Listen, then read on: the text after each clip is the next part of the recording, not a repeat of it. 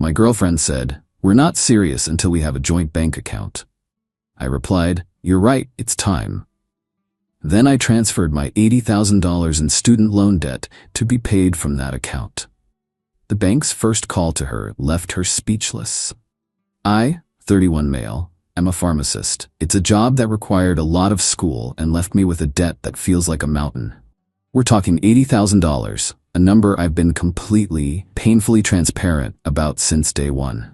My girlfriend, Maya, 29, and I have been together for 3 years, living together in my place for the last one. Things were okay, or so I thought. But for the last 6 months, there's been this mounting pressure, not about marriage, but about seriousness. And for Maya, seriousness had a very specific definition: a joint bank account. "Leo, it's not that I don't trust you," she'd say, stirring her coffee. "It's that I don't feel like we're a team. My sister Zara says that if a man won't join his finances, he's not planning a future." Zara is her older sister, a self-proclaimed financial consultant who, as far as I can tell, mostly just resells expensive water filters. I'd always push back.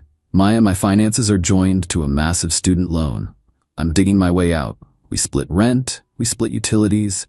Why do we need to mix everything else right now?" Her response was always the same, a perfect, practiced dismissal. "That's the point, Leo. It's always your loan, your debt. It shouldn't be our problem. But we can't move forward if you're keeping our money separate from your problem." The logic was dizzying. She wanted access to my income, but wanted to pretend my debt didn't exist. Last Tuesday, she dropped the ultimatum. "I can't do this anymore," she said, her voice shaking with what I now recognize as strategic emotion. "I feel like a temporary girlfriend. I need us to be a real partnership. A joint account, Leo. It's the only way I'll know you're actually in this. If you can't do that, I don't think I can stay." I looked at her. Really looked at her. All the little comments, the way she'd eye a new handbag, the jokes about how I should be making more, it all just clicked into place. I let out a long sigh. "You're right." Her face lit up. "Really?" "Yeah, you're right. It's time. We should be a team, all in." The next day, we went to a new neutral bank. We sat with a nice woman who explained the features of their premium joint checking. We both got debit cards. We set up the online portal. It felt official. "So how do we do this?" Maya asked, beaming. "We both deposit half our paychecks." "Let's start simpler," I said. "Let's both transfer $1,000 in right now, just to get it started. We can set up direct deposit next week." "Perfect." She did hers from her phone. I did mine. We watched the balance pop up, $2,000. "See?" she said, kissing my cheek. "We're a team." That night, I logged into my computer. Not the new bank account, but the grim gray portal for my student loan provider. I'd been paying $950 a month, every month for 4 years. I navigated to payment methods. I added a new bank account, the joint one. I set it as the primary payment account. My next scheduled payment was in 3 days. I felt a little knot of dread in my stomach, but I just thought about her words. It shouldn't be our problem. I closed the laptop. "Okay, team, let's see how we handle our problem." I honestly thought the payment would just go through. My $1,000 was in there, her $1,000 was in there. The $950 payment would draw, we'd have $1,050 left, and then we'd have a very serious, very team conversation about how we're going to budget for our $950 monthly bill. That's what I thought. What I didn't account for was Maya's definition of team money. 2 days later, the day before the loan payment was due, she went shopping with Zara. I got home from a long shift and she was preening in the mirror with a new handbag. It was a brand I recognized, one she'd been sighing over for months. A brand that costs about $1,200. "Like it?" she'd asked. "It's nice, Maya. How did you?" "With our money," she said, like it was the most obvious thing in the world. "I figured we're a team now, time to celebrate." I just stared at her. My $1,000 plus her $1,000, $2,000. $2,000 minus $1,200 equals $800. The payment was for $950. I didn't say a word. I just nodded. "It looks great on you." The next morning I was making coffee. My phone buzzed. It was the bank. I silenced it. A few seconds later I heard her phone ring in the bedroom. "Hello? Yes, this is Maya." "What? No, that can't be right." "Non-sufficient what?" "A payment for what?" 900 and... I don't have a loan for that amount. Navient Solutions? I've never even heard of them. A student loan? No, that's my boyfriend's loan. Why would you? What? Overdrawn? How is it overdrawn? Wait. Leo. I just took a long, slow sip of my coffee. She burst out of the bedroom, her face pale and blotchy. Her phone was clutched in her hand. Leo, the bank just called. They said we're overdrawn. They said we have a $150 negative balance and a $35 bank fee. They said my credit is, what did you do? Me? I asked, keeping my voice level. I didn't do anything. Our scheduled payment came out. Your loan payment? You put your loan on our account? Of course, I said, leaning against the counter. It's our problem now, remember? We're a team. You wanted us to be all in. This is my biggest financial fact. Welcome to the team. But, it's overdrawn how? I don't know, Maya. We put $2,000 in there. The payment was $950. Should have been $1,050 left. Unless, did you buy something? Her eyes went wide. She looked at the $1,200 handbag on the dresser. That was from our money.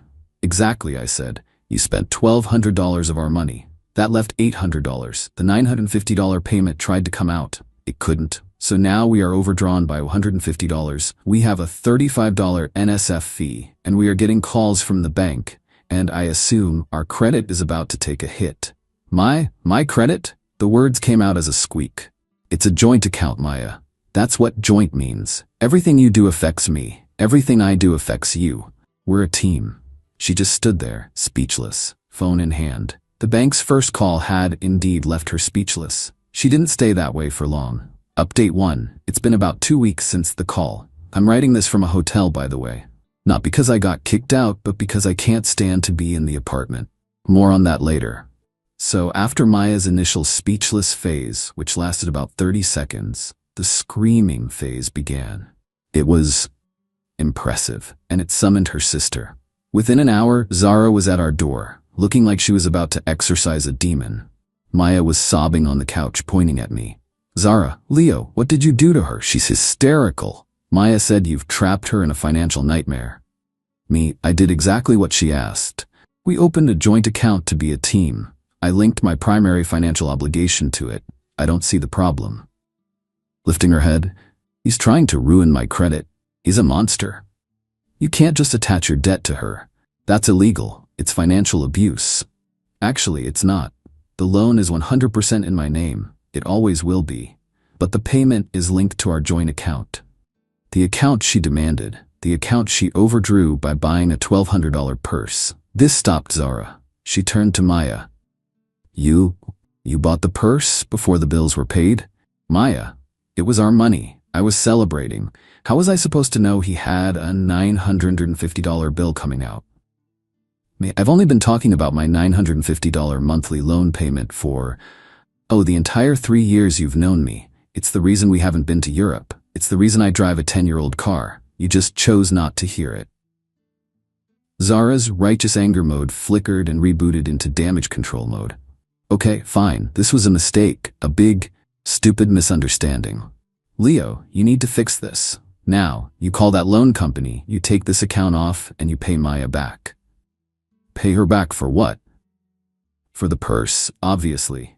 And for the bank fees, and for the emotional distress. You terrified her. I almost laughed. Let me get this straight. You want me to pay her for the $1,200 purse she bought with my money, which caused the account to overdraw? No, absolutely not. Here's what's going to happen. We, as a team, need to deposit $185 into that account today to bring it back to zero. Then we need to figure out how we are going to make the $950 payment that is now late. I'm not paying for your stupid loan. You tricked me. I agreed to your terms. You want it all in. This is all in. You don't get to just be all in on my paycheck, but all out on my debt. That's not a team, Maya. That's a parasite. That was not the right word to use. The screaming redoubled. They both stormed out, threatening to call a lawyer, the police, and my mother. So I packed a bag and left. I went to a hotel. I needed space to think. And then the dirty tricks started. First, I got an email from my apartment leasing office. A formal complaint. Apparently, a concerned neighbor, who definitely sounds like Zara, reported loud, aggressive arguments and possible illegal pharmaceutical activity coming from my unit. They wanted to schedule an inspection. Pharmaceutical activity? Because I'm a pharmacist. Real clever. I had to call my landlord and explain that my girlfriend and I had a loud breakup and she was making false reports. He sounded annoyed but understood. Second, Maya called my boss, at the pharmacy, on the main line. She told my supervising manager, Carol, that I was suffering a severe mental health crisis and that I was financially compromised and might not be fit to dispense medication. I was called into the office. Carol looked concerned. "Leo, what is going on? Your girlfriend called. She sounded very worried, said you're acting erratically." My blood ran cold. This was an escalation I didn't anticipate. Me, "Carol, I am so sorry. We broke up. It's messy. She's lashing out. I am fine. I promise you, my work is not affected." She mentioned you trapped her with a bank account. She demanded a joint account. I linked my student loan payment to it. She overdrew it buying a purse.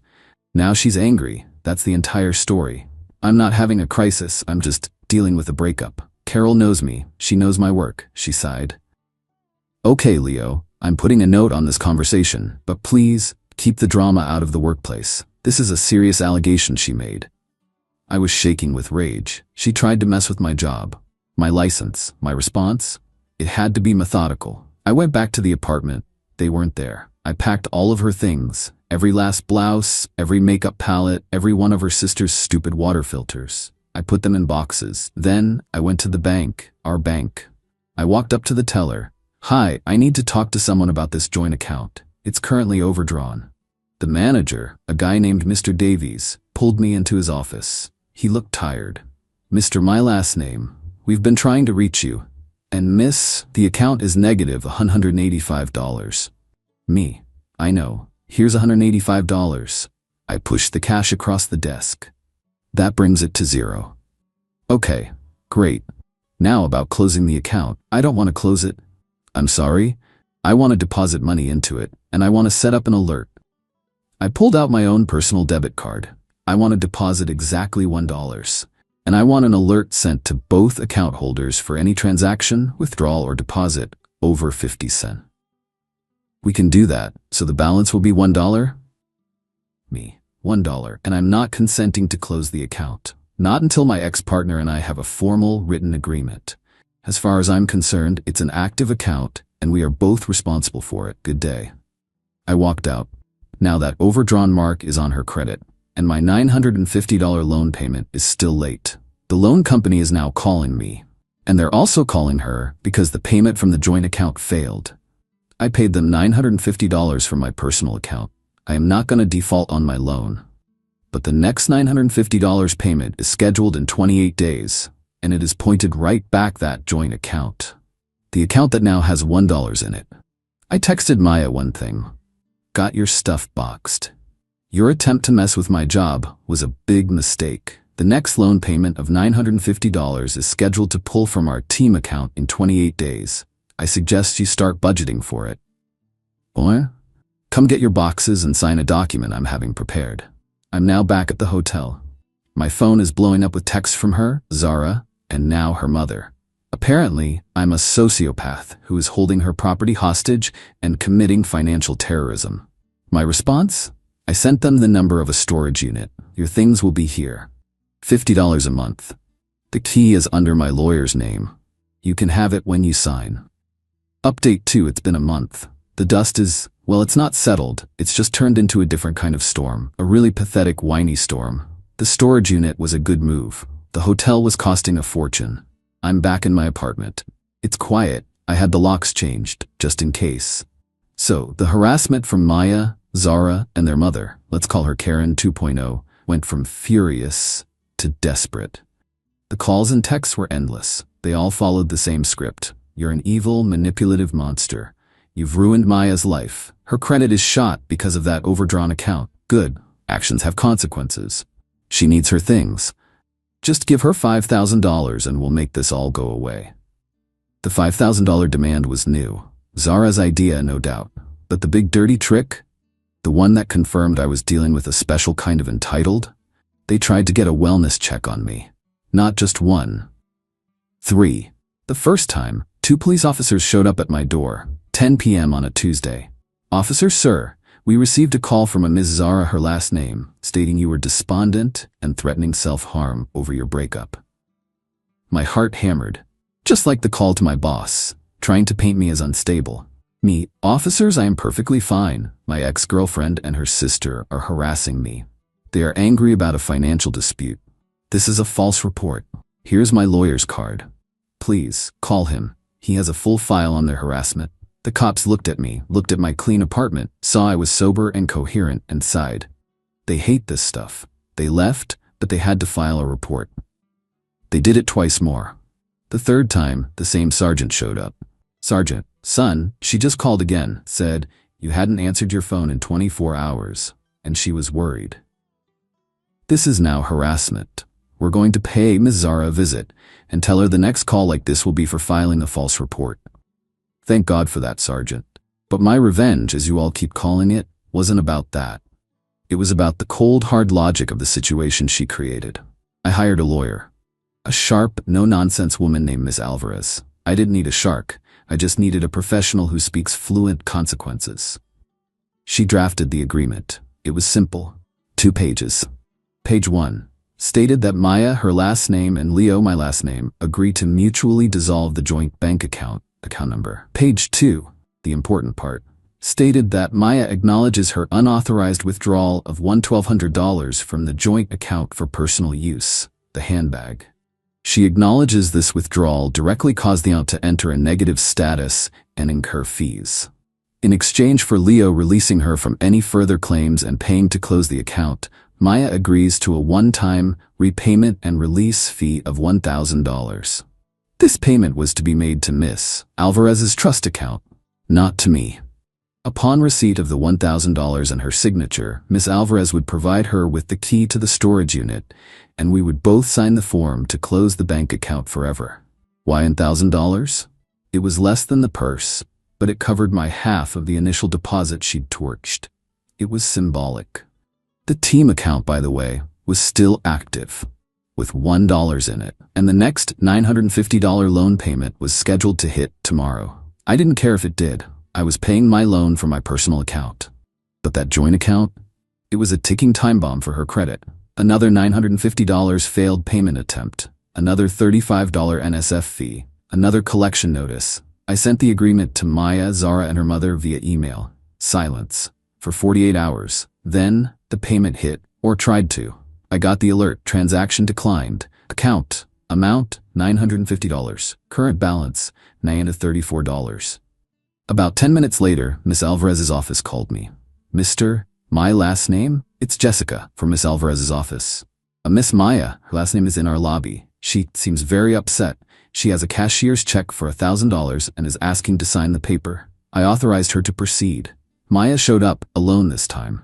No Zara, no mom. According to Jessica, she was shaking, her eyes were red, and she just kept saying, "I just need my stuff. Please. I just need my stuff." She signed the agreement. She handed over the $1,000 check. Jessica handed her the storage unit key. Miss Alvarez and I went to the bank the next day. We paid the $34 fee using Maya's money and finally, closed that cursed account. The fallout? Well, I'm out a $1,200 handbag I never saw, about $500 in lawyer fees, a few hundred in hotel and storage costs, and a lot of stress. I consider it the Maya tax. I heard through a mutual friend, who is now my friend, what happened. The second NSF notice and the hit to her credit made it impossible for her to apply for a new apartment. Her credit score, which she was so proud of, is apparently in the toilet. Zara's financial consulting, the water filters, wasn't paying enough for her own rent, let alone to support Maya. And her mom, after finding out the full story, including the call to my boss and the fake wellness checks, was furious at Maya. Maya had to get the $1,000 for my lawyer from her father. They're divorced, who was apparently not happy to hear how his daughter had behaved. Last I heard, Maya moved back in with her mom, temporarily. She had to sell the $1,200 handbag online, probably for a loss, to pay her dad back. I'm still here. In my quiet, peaceful apartment. I'm still paying my $80,000 loan. It's still $950 every month on the dot. It's my problem. and I'm perfectly happy to handle it alone.